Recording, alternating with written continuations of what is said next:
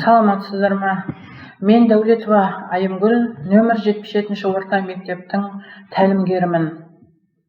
Республикалық бірыңғай жас ұлан балалар мен жасөспірімдер ұйымының ережелері мен міндеттерімен сіздерді таныстырғым келіп отыр.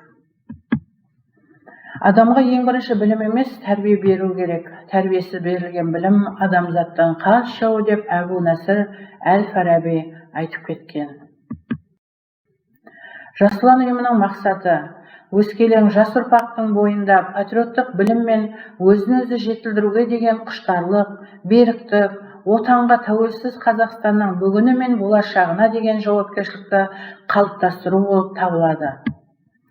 Жас ұлан ұйымының міндеттері: қазақ халқының тілін, мәдениетін, тарихын білу негізінде өскелең жас ұрпақтың бойында рухани адамгершілікті қалыптастыру, балалар мен жасөспірімдердің азаматтық белсенділігі мен саналылығын арттыру, танымдық жұмыстарды ынталандыру, балалар мен жасөспірімдердің зияткерлік, шығармашылық және әлеуметтік даму үшін жағдай жасау, жауапкершілік пен еңбексүйгіштікті қалыптастыруға, көшбасшылық және ұйымдастырушылық қабілеттерін дамытуға бағытталған баланың жеке тұлғалық қасиеттерін дамыту болып табылады. Жас ұлан ұйымының рәміздері: ту, галстук, төсбелгі, ұран. Ту ол ұйымның нышаны және балалар мен жасөспірімдерді біріктіру белгісі. Галстук бұл балалар ұйымының ерекше белгісі. Төсбелгі ерекше белгілері болып, ұйымның идеясын айқын жеткізетін төсбелгілер, барабан, айырмашылық белгілері сияқты белгілер, заттар мен белгілер саналады. Ұран ұйымның ерекше белгісі, ол ұйымның бірлестіктің оң негізгі ойын идеясын білдіреді.